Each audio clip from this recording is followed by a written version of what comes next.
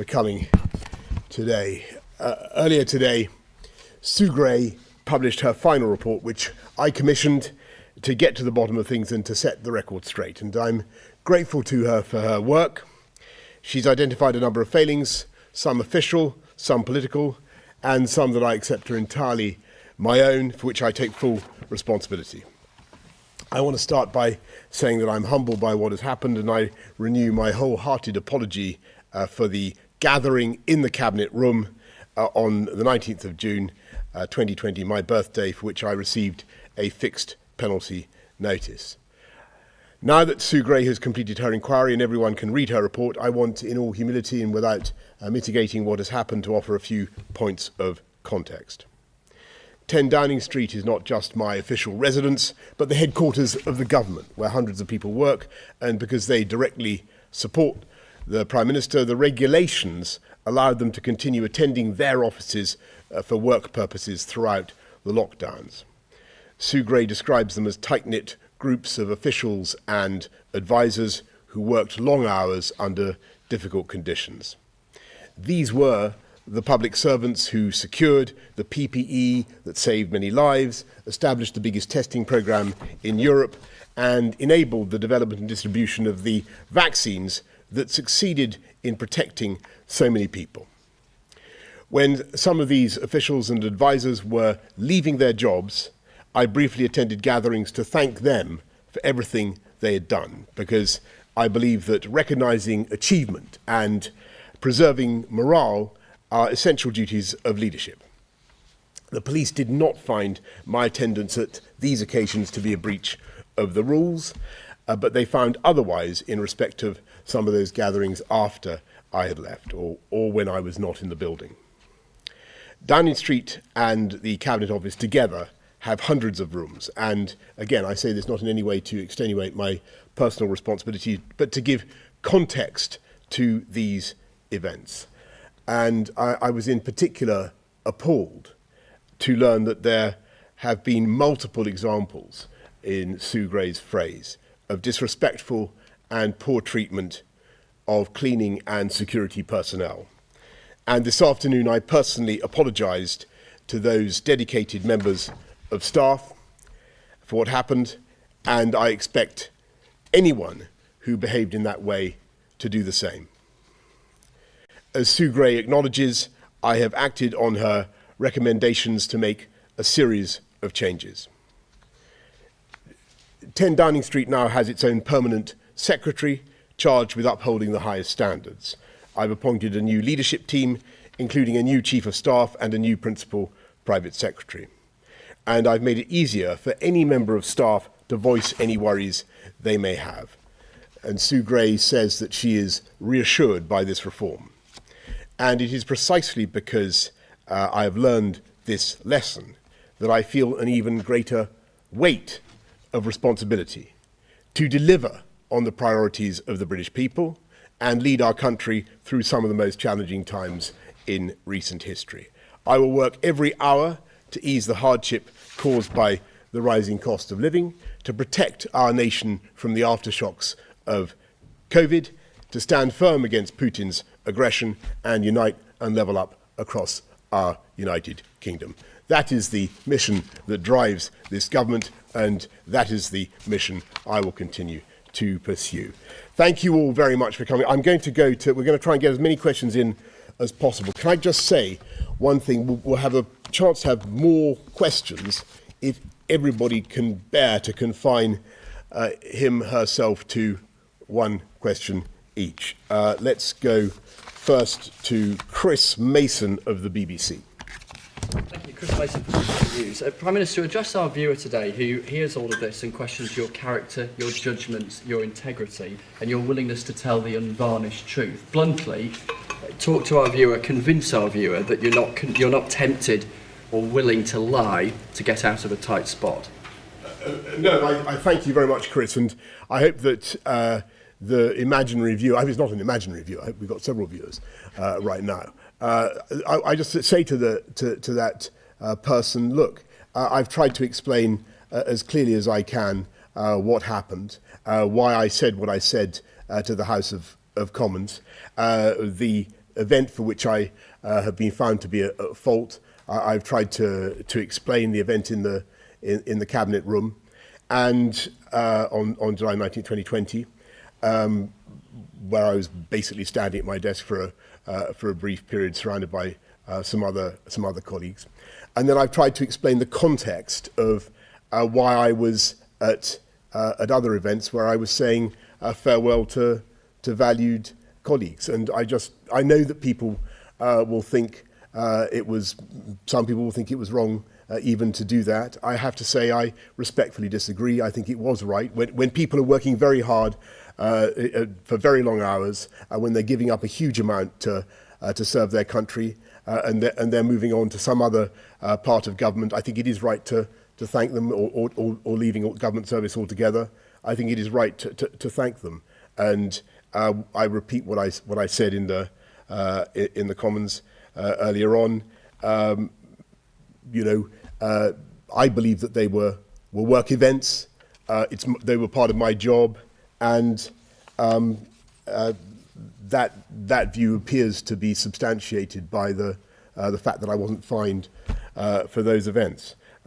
For the rest, I just want to say, I appreciate that things didn't go in the way that I would have wanted. The events proceeded afterwards in the way that I certainly wouldn't have wanted to see. What happened with the custodians was plainly, and the cleaners was plainly, utterly unacceptable. And I apologise for that, as I've apologised to them personally. Harry Cole, the Sun. Thank you, Prime Minister. On that point, sick was left in corridors, wiring up the walls, left for cleaners to clean up. Staff who work for you were rude to security members in this building. What steps are you taking beyond asking them to say sorry? And is there a place in your administration for that sort of behaviour? And if I may, you were rather coy in the House of Commons earlier when asked directly by one of your MPs if you ever asked Sue Gray not to publish her report subsequent to the police investigation. Do you want to clear that up now? Did you infer at any point to Sue Gray that publication might not be necessary? No. So look, on that, it's impossible for the terms of reference make it absolutely clear that Sue has got to publish a report, and I think it's entirely right that she has, and I think that the what she's published is, you couldn't. I don't think anybody could reasonably say, look, reading that report, that an awful lot has been swept under the carpet. To be absolutely frank with you, but I would just say on the behaviour of staff and the alleged rudeness. It is. I don't know who is specifically is guilty of that. So in the course of my apologies today, I began to make some inquiries, and I will of course continue them. And as I said earlier on, if people have been, I think it's utterly intolerable for people to be rude to hard-working staff, and at the very least that they should apologise. But I don't yet have the names of those who are responsible. Matt Fry, Channel 4. Prime Minister, we are sitting, or standing in your case, in the place that flouted the rules that were made here more than any other institution in the country. You yourself have made history by becoming the first Prime Minister to break the law while in office. Now, you talk about other people who've insulted staff and so on, but I want to know what you think your own personal failings were in creating the culture that allowed this to happen.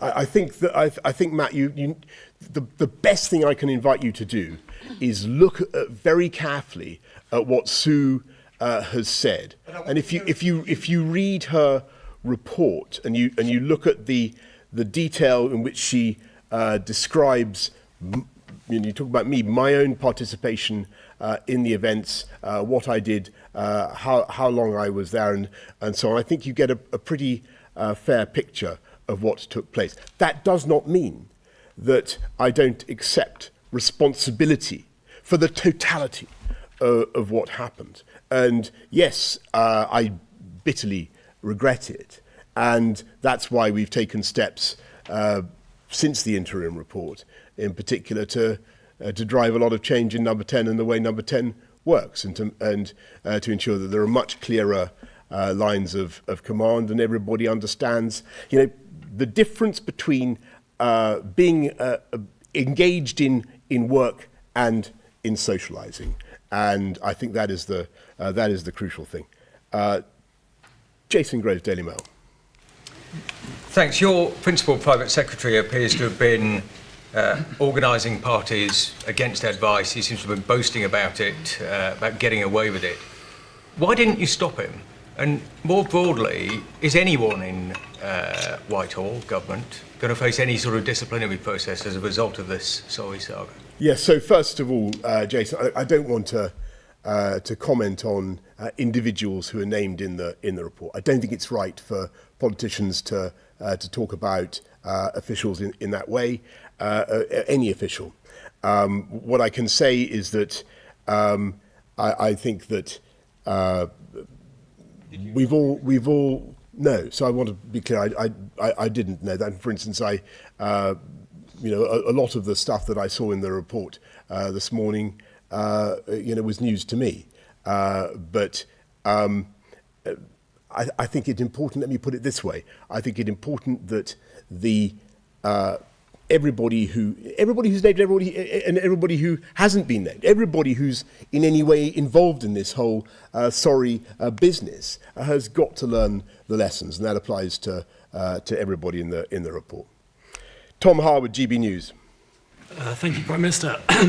The fines that were issued across Downing Street and the whole of Whitehall were for events that took place over varying levels of restriction. It took months of investigation to determine whether a number of edge cases broke the rules that you set or not. Indeed, you said earlier in Parliament that it can be very difficult to decide the boundary between what qualifies as work and what qualifies as socialising.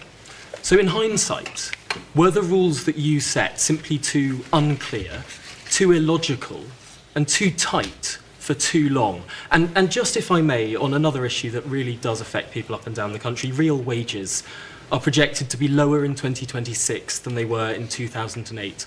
What are you going to do about it? So first of all, Tom, on the rules, we had to implement, and this is a controversial thing, and there are many people who think that you could have done without restrictions. You could have just relied on people's personal responsibility. The difficulty was that we were facing a pandemic of a kind that we'd never seen before, certainly not in my lifetime. Its effects were unknowable, and all the medical and scientific advice was that you had to proceed by non-pharmaceutical interventions. You had to get people to behave according to certain rules. So I don't think the flaw was with the rules, Tom. I've got to, we should have recognised that the boundary between work events and socialising for people who are continuously working together in the same place was going to be hard to draw, and things should have been done differently, and they certainly are being done differently from now on. On your point about incomes, which is the crucial thing, and look, the COVID pandemic cost the government a huge. It cost taxpayers $408 billion just to support businesses and support families through the pandemic. It's left a very difficult fiscal position. Employment is very strong. Some features of our economy are extremely strong, but there's no doubt because of the global supply chain shocks exacerbated by what Putin has done in Ukraine, by the spike in the price of energy. We're going to see pressures for a while to come. I've just got to be realistic with people about that. We're going to see pressures on household finances. So what I'm saying to people is that we will continue to respond, just as we responded throughout the pandemic. It won't be easy. We won't be able to fix everything. But what I would also say is that we will get through it, and we will get through it well. And that we have some fortunate fundamentals, not least the lowest unemployment rate since 1974. That we have a strong labour market. We have a lot of firms who are looking to hire people, looking to grow, and that augurs well for the future. But there's no question we have pressure now on household finances. Everybody knows it, everybody can feel it, and believe me, the government is going to do everything we can to help people. Let's go to Esther Webber, Politico. No, I mean, that's it.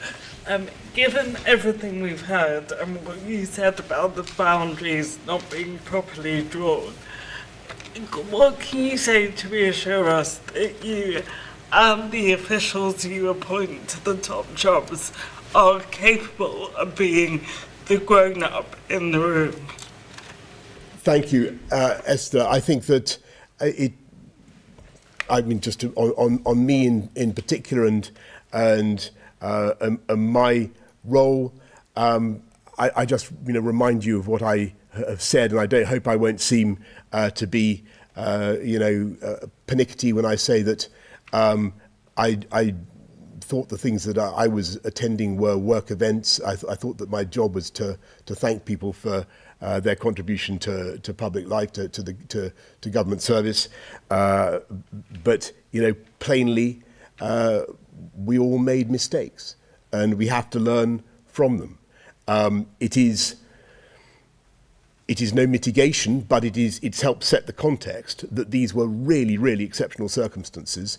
But then they were exceptional for everybody in the country, and I accept that. Beth Rigby, Sky. Thank you. Prime Minister, vomit, drunken altercations, security staff being treated with contempt, cleaners having to mop up red wine. Sue Gray's a shaming dossier, really, isn't it, of what's meant to be the place, the heart of government, that sets the standards of our country. And it's your culture under your leadership. Did you never for a moment during the past 5 months, or even this morning when that report landed on your desk and you read it blow by blow, think about resigning? A poll out today, just out, says 3 in 5 Britons think you should. Yes, Beth, of course I understand why people are indignant and why people have been angry at what took place. All I can say is that I really think that given everything that is going on right now, it's my job to get on and serve the people of this country, not just to get us through the biggest war in Europe for 70 years, but a huge spike in the cost of living, and to deliver our manifesto commitments on which I was elected with a large majority. I hear you, I understand you, but I really feel it's my job to get on. Was there any point you thought about it, though? Because during any of it, did you ever think this... Why are only you allowed to come back, Beth? It shows you have some special position. Okay, forgive me. Well, look, I mean, I just repeat my point. I think that I overwhelmingly feel it is my job to get on and deliver. And no matter how bitter and painful the conclusions of this may be, and they are, and no matter how humbling they are, I've got to keep moving forward, and the government's got to keep moving, and we are. And just this week, we're getting on with things that, again, delivering on things that have been left undone for a very long time. Trying to fix the legacy issues in Northern Ireland. Incredibly difficult thing to do. Government for decades have shirked it. But we're getting on and doing it. And I was pleased to see that at least Peter Mandelson is supporting what we're doing, even if the current opposition is not. We will get on and continue to do the tough things. Jess Elgott, The Guardian. Prime Minister, people in this room told us that there were no parties. People from your press office told us there were no parties. And we now know that parties took place in the press office. Were those people told to lie to us? Yeah. And do you concede now that they did lie? Well, Jess, I don't know exactly what they told you, but my having talked to people in this building about what happened and what was said, it's my strong impression that they genuinely believed that what they were doing was working, and they were working round the clock, and they did not think that what they were doing was in conflict with the rules. That's what they told me, and so look, I certainly don't think that they set out to deceive you about that. But plainly, if you look at what Sue has found, and if you look at what the Met have found, that simply wasn't right, and we've got to accept it, and we've got to recognise that mistakes were made, and we've got to. I've made a lot of changes already, and we'll continue to make changes. But I think the best thing I can do is continue to repeat the apologies that I've given, but also to stress that I think we just have to try, if we possibly can, to continue with the people's priorities, and we certainly can, and we will. And on that point, Paul Brand, ITV. Prime Minister, Prime Minister, you said so far this afternoon that some of this rule breaking was news to you. You told MPs, you told us all categorically that no rules were broken, but this is your home. You saw what was going on, you participated in what was going on, you made the rules as Prime Minister, so it does beg the question, are you a liar? Well, Paul, I think you've no, but look at what I said to Parliament, and look at what Sue has said about what took place, and about my role in it. I just to get back to what I said, I think in the first answer. Okay, I was in the cabinet room for a short period, standing up at my desk on June the 19th, 2020, and some people came in to congratulate me on my birthday. Now, there weren't very many of them. It didn't occur to me then that this was a breach of the rules. I've got to be absolutely frank with you. It didn't occur to me. It really didn't. And I think, that's just the way it was. Similarly, when I was speaking to colleagues about the departure of another SPAD or a government advisor or an official, it didn't occur to me that this was anything except what it was my duty to do as Prime Minister during a pandemic. And that's why I did it. And that's why I spoke as I did in the House of Commons. And yes, as Sue has found, and as everybody can see, and as the evidence has shown, after I had been there, things did not go well. And you haven't heard anything like music or partying? No. There's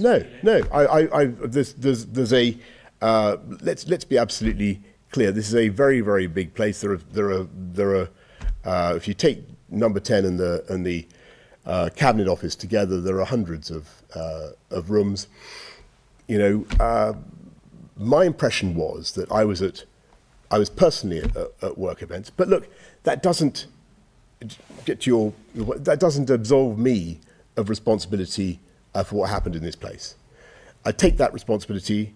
I continue to make sure that we make changes. I've apologised today, not just again to the House and to the country, but also to the custodians and the staff who now it turns out were wrongly and badly treated. I think it's repugnant that happened, but I think the best thing I can do now, without in any way wishing to minimise what has happened, is simply get on with delivering on the priorities of the people, and that is what we are going to do with it. And I'm sorry to say I have to leave you all now.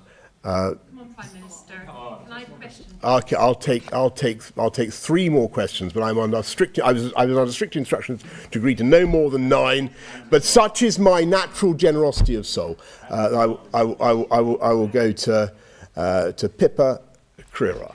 From the Mirror. Prime Minister, you say that Sue Gray, that no individual gathering was swept under the carpet by Sue Gray, but there was one very striking omission, which was the gathering in your flat on November 13th, 2020, which she started investigating, and then says in her report that she paused when the police started looking at it, and then concluded, after the police closed their investigation, that she wasn't going to carry on that investigation. So in the absence of any other explanation, what were you, your wife, and 5 aides doing for several hours with alcohol and snacks in your flat that evening? Yeah. Specifically, did you or any of your senior political team see her report before this morning and either have any role in editing it or requesting the removal of any facts about gatherings and dining streets? No, so the first I saw the report and read it in its entirety was at and to the best of my knowledge, the first time any of my team saw it was at when we got it at 10 o'clock, I think shortly after 10 o'clock this morning. And when I said earlier on, somebody said there were things in it that were news to me. What I meant by that, there was evidence and details that I simply hadn't heard before, and maybe they'd have been published before, but I simply hadn't heard them. So on the Downing Street flat, what Sue says in her previous interim report is the flat has a dual use. Historically, prime ministers have used it for meetings. The event in question was a work meeting, and that was what the Metropolitan Police did investigate it, and that was certainly the outcome of their investigation. Andrew Marr from LBC. It's absolutely blatantly obvious from Sue Gray's report that the staff involved knew they were breaking the rules. They talked about going out by back entrances, avoiding the cameras, and so on. You told us, you told the House of Commons, you told the British people again and again that no rules were broken. When those stories started to come out about the parties, did it never occur to you to ask around and find out what had happened? Yes, of course, and that's when I instituted the inquiry. Who's next? Did you start liking it? Well, look, I mean, I'm not. Ben. Prime Minister, I know you don't want to get into specific people, but the report does clearly lay out a lot of evidence about Martin Reynolds, who ran your private office. He invited everyone to the Bring Your Own Booze party. He said he thought they got away with it. He is still in your government. He's in the Foreign Office, and reportedly he's being sent on an ambassadorial post. Can you explain to the public why you're keeping him in post? Look, I really am not going to get into the business of identifying any particular official over any other, or any or political appointee or anybody in this whole affair. I think it's right. So in the pictures that Sue Gray has put out, I think it's entirely right that I should be the one who is not pixelated. I'm the person at the top. I'm making the changes. I instituted an inquiry. I don't think anybody, just to repeat my point, I don't think anybody could fairly say that what Sue Gray has done is to cover things up or put things under the carpet. It is a very thorough and extensive piece of work. It covers all sorts of events. What we need to do now is learn from what happened, and I'm not saying I minimise what has happened, but we have a huge amount of business that the government is getting on with right now, mainly to do with the cost of living, mainly to do with the economy, and we really need to focus on that. And with that, I'm afraid, having given three more answers than was promised, I'm going to love you and leave you. Thank you.